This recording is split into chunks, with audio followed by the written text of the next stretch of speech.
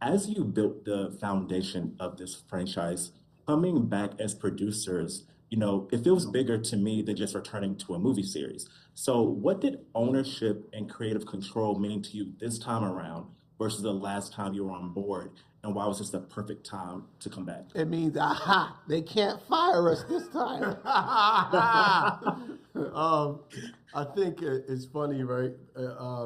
We've always had creative control. When it comes to our projects, we usually, I would say, 98% of the time, we have creative control.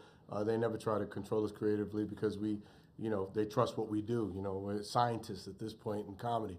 In terms of ownership, I think it's important because, like Shawn said, it's ensuring that you're tethered and tied in to the things that you create. These are like your babies as an artist, and nobody should ever have the right to kick you off of your project. So that didn't feel good, but what feels great is coming back and doing part 6 and just returning people back to these movie theaters to laugh.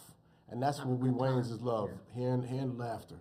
And your family name is tied to Black comedy history and innovation. So when deciding to return, how important was it to maintain that legacy, but at the same time pushing it forward and pushing what it means to be a Wayans project?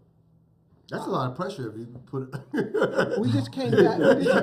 We just if came we back. thought like that, we'd be like, maybe we should do this. I don't know, man. We're going to mess up the Wayans name. Feeling some type of way. You're going to ruin the Wayans name. Not to mess up the legacy.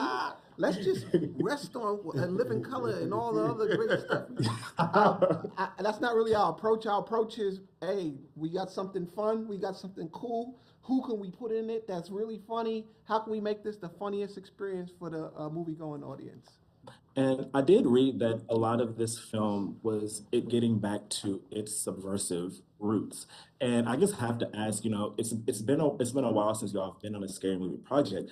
So being in the age of social media and TikTok and the way that, comedy has changed in certain ways and aspects than it has before, did that change? I'm thinking it didn't probably, but did it change any way that you wanted to approach this project, whether creatively or also just reception? It didn't change. I think we have a brand of humor that's consistent and it's multi-generational. Like, it's funny, if you look at TikTok, you look at Instagram, a lot of the videos that they're doing are videos that we did 30 years ago, and it's like they're just remixing it and they're rediscovering it. So now they get to have the authentic experience of what it's like to go to a Wayans film. Yeah.